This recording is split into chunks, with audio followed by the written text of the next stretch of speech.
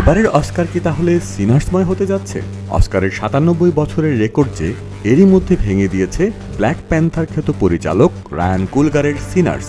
যে সিনেমা নিয়ে সবার ধারণা ছিল এটি হলিউডকে ধ্বংস করে দিবে, সেই সিনেমায় গড়ল ইতিহাস।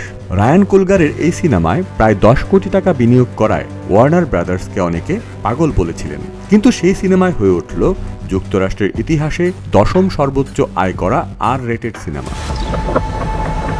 ১৯৩০-এর দশকের মিসিসিপিকে কেন্দ্র করে নির্মিত গভীর গবেষণাভিত্তিক ঐতিহাসিক drama Sinners. Michael B Jordan এখানে যমজ ভাই স্মোক ও স্ট্যাকের ভূমিকায়, যারা তাদের যুগ জায়ান্টকে ভ্যাম্পায়ারদের হাত থেকে রক্ষা করেন। You twins?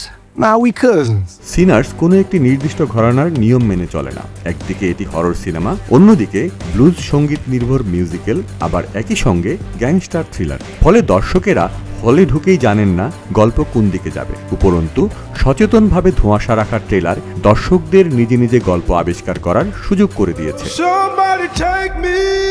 ২০২৫ সালের ১৭ এপ্রিল মুক্তির পর খুব দ্রুতই ছবিটি বিশ্বজুড়ে $৩৬৮ মিলিয়ন আয় করে ফেলে। এর মধ্য দিয়ে এটি হয়ে ওঠে গত ১৫ বছরের মধ্যে সবচেয়ে সফল মৌলিক সিনেমা এবং যুক্তরাষ্ট্রের ইতিহাসে ১০ম সর্বোচ্চ আয় করা R-রেটেড চলচ্চিত্র। মজার ব্যাপার হলো এই তালিকায় টার্মিনেটর ২ কিংবা হ্যাংওভারের মতো ছবিকেও পেছনে ফেলেছে সিনার্স। Just power. আয়ের পর এবার অস্কারের রেকর্ড গড়ল সিনার্স। ২৪টি বিভাগের মধ্যে সেরা চলচ্চিত্র সহ ১৬টিতেই মনোনয়ন পায় সিনার্স, যা অস্কারের ৯৭ বছরের ইতিহাসে সবচেয়ে বেশি মনোনয়ন পাওয়ার রেকর্ড।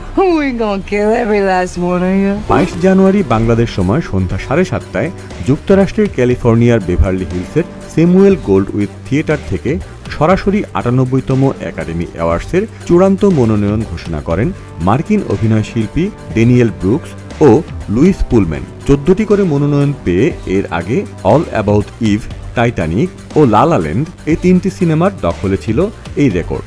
আগামী ১৫ মার্চ হলিউডের ডলবি থিয়েটারে দেওয়া হবে চূড়ান্ত পুরস্কার।